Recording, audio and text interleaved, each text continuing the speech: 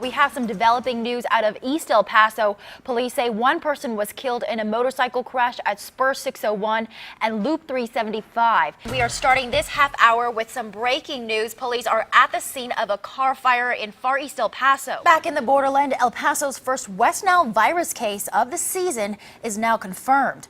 El Paso's Department of Health says the patient is a man in his mid-40s. In just a couple of hours, Pope Francis will be in Juarez to end his 5-day trip to Mexico. Late night for you, so thank you so much for joining us this morning. First up, the Republican majority rejected most of the amendments from Democrats, but they did approve one controversial measure from a GOP lawmaker. So can you explain why was this one amendment so significant? Don and Farron, as you can imagine, after the parade, there is the cleanup. There are currently about 500 volunteers out along the parade route cleaning up anything and everything in sight, and we have two of the volunteers out here with us, Jacob and Sam. You guys are cousins and you are here as part of your church group, right? Now, police say that detectives will be here for quite some time to process the crime scene. They couldn't tell us of any prior incidents regarding the house or the two individuals who are now deceased, but they did say that they will have an update in the morning. There are 4 sinkholes, the largest one you can see behind me, and adjacent to it, 3 other smaller ones. And a record-breaking 13-foot alligator was caught in a small Texas town this week. Come and take a look at your screen. That is a great catch. That's a big catch.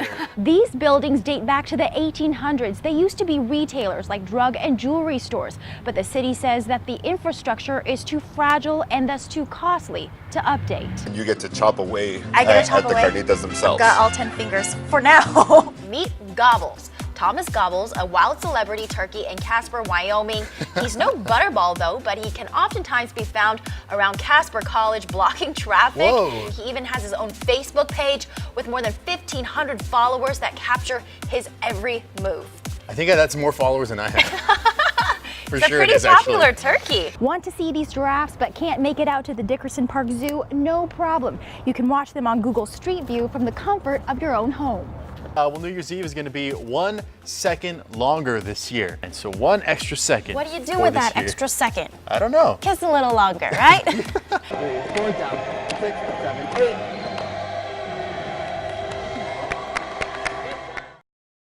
Escaping this overnight fire with his wife and 2 daughters hits very close to home for Jake Graves and his family. My heart just breaks. I can't imagine what it's like to be the dad and the mom who lost their kids. That our 2 daughters are the only 2 kids that came out of that building just breaks my heart. According to Osage Beach officials, 4 children who were trapped in one of the units at Compass Point condominiums died in the fire. Officials are still trying to determine the cause of the fire, but the fire chief says it likely started on the 4th floor where the children were. An area where there was a heavy damage. There were several air conditioning units, and it's a possibility that could have been a compressor. It could have been an aerosol can. It is something we're looking into. A spokesperson for the Osage Police Department says the 4 children who died were cousins, among them a 2-year-old girl who lived in one of the units with her parents. Her father was in the apartment at the time of the fire. He was able to remove himself from the fire and made efforts to get back in, but he was unable to do so. A tragic end to what officials say began as a birthday party for one of the children. A celebration of life ending too soon. I feel sorry for the little kids that didn't. Wish I could have got to them, but I couldn't.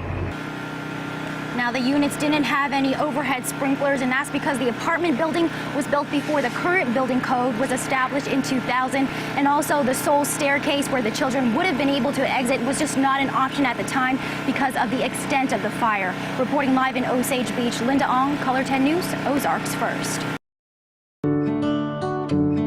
Cruising along this backcountry road in New Mexico's Mesilla Valley, you'll find row upon row of pecan trees at Stammen Farm. But hidden are hundreds of untold stories. It was like being in one of our own towns. We used to love to pick the pecans, work it, and eat it. We were a huge, big family. Blanca Araujo's family was among the more than 700 workers at Stammen Farm in the 1970s, a time when it was known as the largest family-owned pecan orchard in the world. I see people getting out of their cars and taking pictures, but I think they don't see beyond the trees and the beauty of the place. Documented history of the farm is missing a crucial piece. We never collect the stories from the workers who really make the place what it is. But that's soon going to change. Araujo is part of a research team at New Mexico State University working to collect the history of surviving Stammen workers. It's about preserving those histories that otherwise we will never learn from. One of the project's lead investigators, Judith Flores Carmona, says the workers' history traces back to Chihuahua in the 1930s, then to Fabens, Texas, and finally to the Mesilla Valley. The oldest interviewee of mine is 93.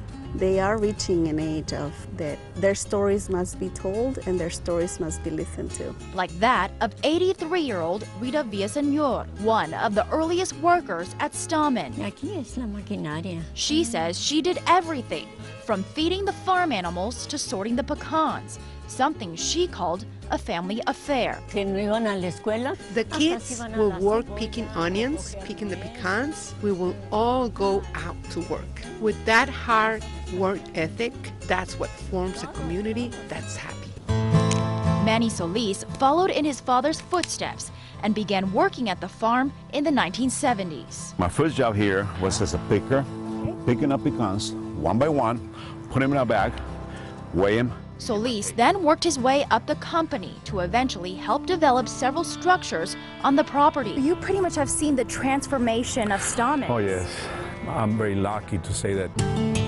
But days were long and the work physically hard. 13 living communities surrounding the farm served as the common bond. Everybody would know everybody.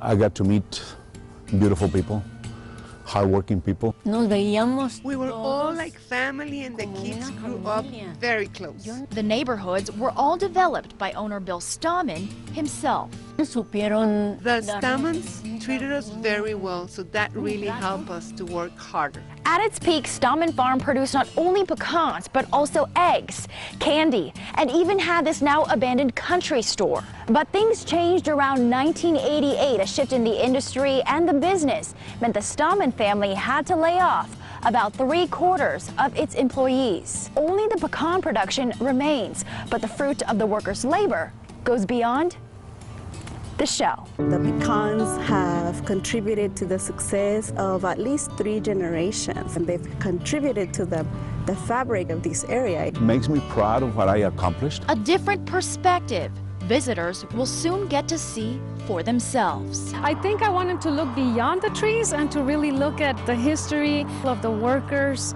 and how important we have been to the history of this whole area.